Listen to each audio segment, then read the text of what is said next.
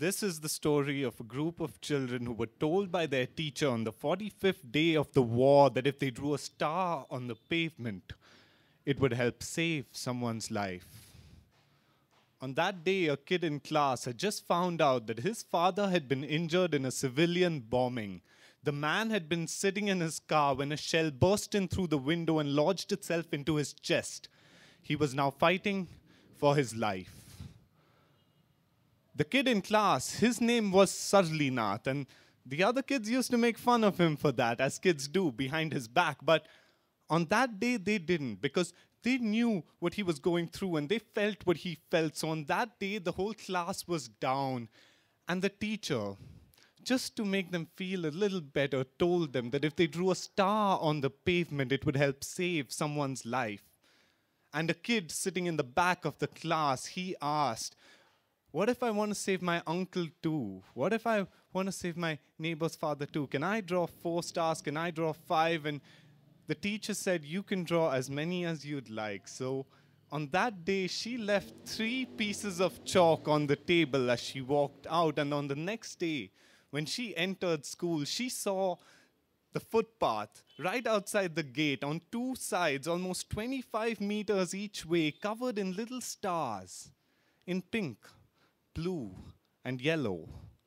And the other kids, they saw this too, and they wanted to know what this was all about. And when they found out, they stole little pieces of chalk too, so that on the 3rd day, when the teacher had entered school, she saw the footpath covered on 3 sides surrounding the school in little stars. But the kids didn't stop there. They stole little pieces of chalk and they took it home, and where there were no pavements, they drew stars on signboards and stars on park benches and stars on the barks of crooked trees. And their neighbors' kids, they saw them too, and when they found out what this was all about, they stole little pieces of chalk too, so that it came to a point almost a month later where you could not go to a single place in the city without seeing at least 1 star in a corner somewhere. Around a month and a half after that first day, it rained.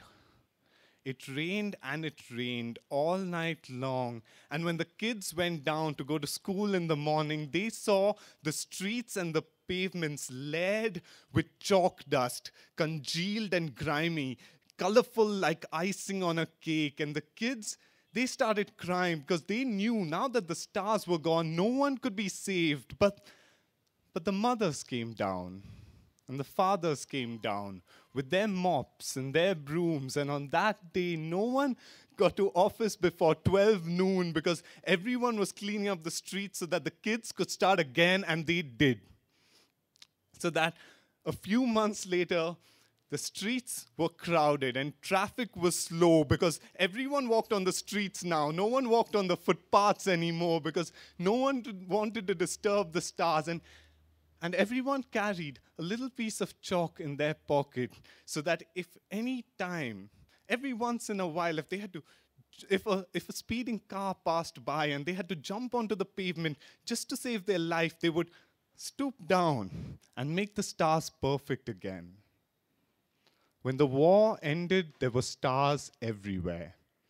There were stars on the billboards and stars on the roads and stars on the hospital walls and over each and every patient's bed, and stars in pink, blue, and yellow on the streets which once had been stained by the blood of the dead.